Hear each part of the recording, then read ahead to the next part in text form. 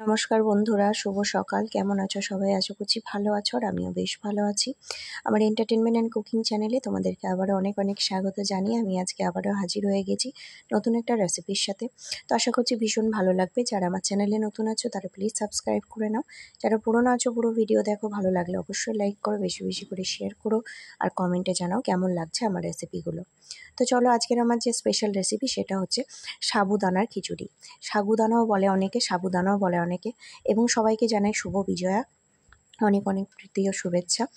তো চলো আজকে রেসিপিটা শুরু করি। তো আমি আজকে সাবুদানার খিচুড়ি বানাবো, যেটা বাচ্চা বড় সবার জন্য ভীষণ হেলদি এবং ভীষণ উপকারী। সাবু আমরা ছোট বড় সবাই মোটামুটি খেয়েছি, ছোটোবেলাতে সবাই খেয়েছি, এবং এখনও পর্যন্ত মায়েরা বাচ্চাদেরকে ছোটোবেলাতে সাবু একটু আধটু খাইয়ে থাকে, যেটা খুবই হেলদি একটা খাবার, আমরা সবাই জানি, প্রত্যেকে জানি। তো এখানে আমি সাবু নিয়েছি, আর ওখানে আমি দেখছো আলু আর কুমড়ো সবজি কেটে নিয়েছি, আমি ওইটুকুই দিয়েছি। আর তোমরা চাইলে অন্যান্য সবজিও দিতে পারো, কিন্তু আমি এটুকুই ব্যবহার করেছি, যেহেতু আমার কাছে এটুকুই ছিল।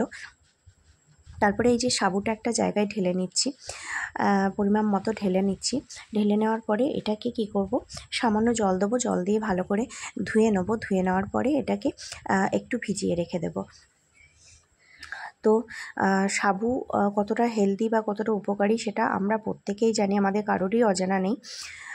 এবার বড় ছোট সবাই সাবুর খিচুড়ি খেতে পারো তোমরা।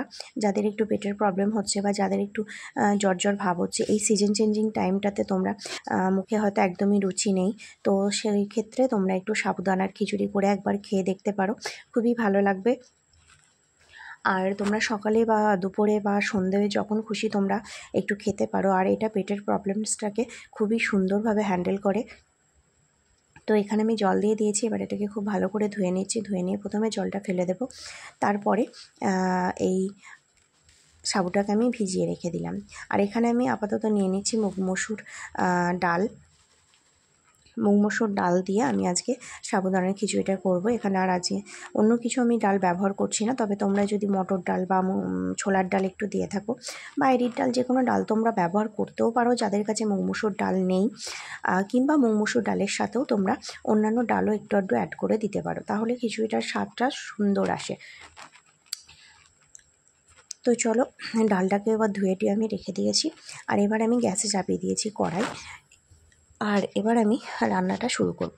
তো এখানে প্রথমেই আমি অল্প পরিমাণে দিয়ে দিলাম তেল। মোটামুটি তেল দেওয়ার পরে এখানে আমি দিয়ে দিচ্ছি সামান্য একটু পাঁচফোড়ন। পাঁচফোড়ন দেওয়ার পরে আর দিচ্ছি এখানে সামান্য পরিমাণে একটু আদা কুচি। আমি এখানে সামান্য একটু আদা কুচি ব্যবহার করেছি, যেমন আমার সাবুর পরিমাণ আছে বা খিচুড়ির পরিমাণটা হবে সেই অনুযায়ী তোমরা চাইলে বেটেও আদাটা দিতে পারো, আর আমি কিন্তু এখানটা একটু গ্রেট করে নিয়েছি। তো তারপরে আমি আলু কুমড়ো সবজি কোটা তেলের উপরে দিয়ে দিলাম। এবার এটাকে সুন্দরভাবে ভেজে নেব। নর্মালি আমরা চাল ডালের খিচুড়ি করতে গিয়েও যেমন সবজিগুলো একটু ফ্রাই করে নিই হালকা হাতে, ঠিক সেরকমভাবে হালকাভাবে ফ্রাই করে নেব এই ক্ষেত্রেও।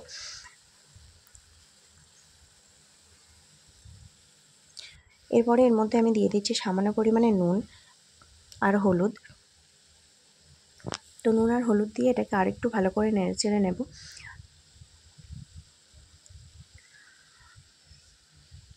সবজিগুলো ভাজা পর্যন্ত একই প্রসেস আমরা ফলো করতে পারি, চাল ডালের খিচুড়ি করতে গিয়ে যেভাবে আমরা করি, সাবুর খিচুড়ি করতে গিয়েও আমরা সেভাবেই করব। শুধু সাবুগুলোকে একটু আগে থেকে ভিজিয়ে রেখে দেব। তো আমার এখানে হতে হতে ওদিকে আমার সাবুটা পুরোটা ভেজানো আছে, যেটা বেশ সুন্দরভাবে ভিজে যাবে সাবুটা।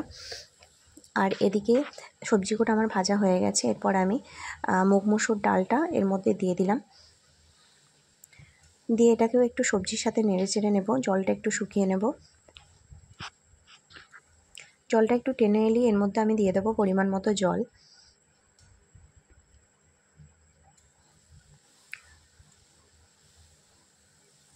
তো এই যে ডালের জলটা মরে গেছে, এবার আমি এর মধ্যে পরিমাণ মতো জল অ্যাড করছি। এবার একটু ভালো করে নেড়ে দেব। সবজি ডাল সব কিছু একসাথে ভালো করে মিশিয়ে নিচ্ছি।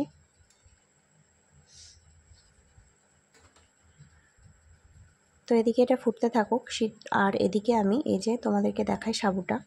তো সাবুটা এই যে একটু ভিজিয়ে রেখেছিলাম, ভিজিয়ে রাখার পরে দেখো সামান্য পরিমাণে ভিজতে লেগেছে। তো এখন আমি সাবুটা অ্যাড করব না। ওদিকে ডালটা সবজিটা মোটামুটি 80% সিদ্ধ হয়ে যাবে, ততক্ষণে আমার সাবুটাও এদিকে অনেকটা ভিজে যাবে, আর তখনই আমি সাবুটা অ্যাড করে দেবো। তো এখানে আমার দেখো জলটা ফুটে উঠেছে এবং সবজিগুলো সিদ্ধ হতে লেগেছে। তো এই যে একটু মাঝে মাঝে নেড়ে নিচ্ছি। তো এই যে ডালগুলো দেখো প্রায় আমার 50% সিদ্ধ হয়ে গেছে, 80% মতো সিদ্ধ করে নেব সবজিটা আর ডালটা। তো এই যে আমার সিদ্ধ হয়ে গেছে 80% মতো। এবার আমি আমার ভিজিয়ে রাখা সাবুগুলো দিয়ে দিচ্ছি। জলটাকে অবশ্যই ছেঁকে ফেলে দিয়েছি, বাকি যে জলটা দিয়ে ভিজাতে দিয়েছিলাম। তারপরে সাবুগুটা আমি এর মধ্যে দিয়ে দিলাম, দিয়ে আস্তে আস্তে করে নেড়ে নিচ্ছি। নেড়ে এটাকে ভালো করে মিশিয়ে নেব এবং সাবুটাকে খুব ভালো করে রান্না করতে হবে।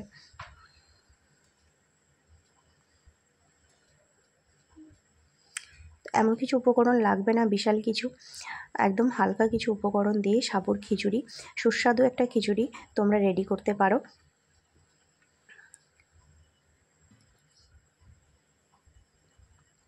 আর তোমরা অবশ্যই ফোড়নে সামান্য পরিমাণে তেজপাতা আর লঙ্কাটা দিয়ে দিও, কারণ ওটা আমি দেখাতে ভুলে গেছি, স্কিপ করে গেছি আমি ওটা। তো তোমরা অবশ্যই তোমাদের স্বাদ মতো ঝাল আর তেজপাতা দিয়ে দিও, দিয়ে তারপরে সবজিগুলো দেবে, দিয়ে ফ্রাই করে নেবে। তো এটা আমি পরে অ্যাড করেছি। তো তারপরে দেখো আস্তে আস্তে করে নেড়ে নেড়ে নেব আর একটু করে হতে দেব। ঘন ঘন নাড়তে হবে, না হলে সাবুগুলো তলায় লেগে যেতে পারে। তো এই যে এটা ফুটছে, অবশ্যই ঘন ঘন নাড়বে তোমরা। সবজিটা আমার অলরেডি সিদ্ধ হয়ে গেছে এবং ডালটাও সিদ্ধ হয়ে গেছে। এখন শুধু সাবুটা একটু সামান্য পরিমাণে বাকি আছে সিদ্ধ হতে।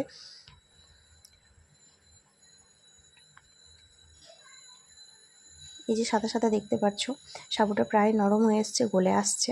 আর সাবুটা যখন পুরোপুরি সিদ্ধ হয়ে যাবে তখন এই সাদাটা বোঝা যাবে না, পুরো জল কালার হয়ে যাবে সাবুটা, তখনই বোঝা যাবে যে সাবুটা সিদ্ধ হয়ে গেছে।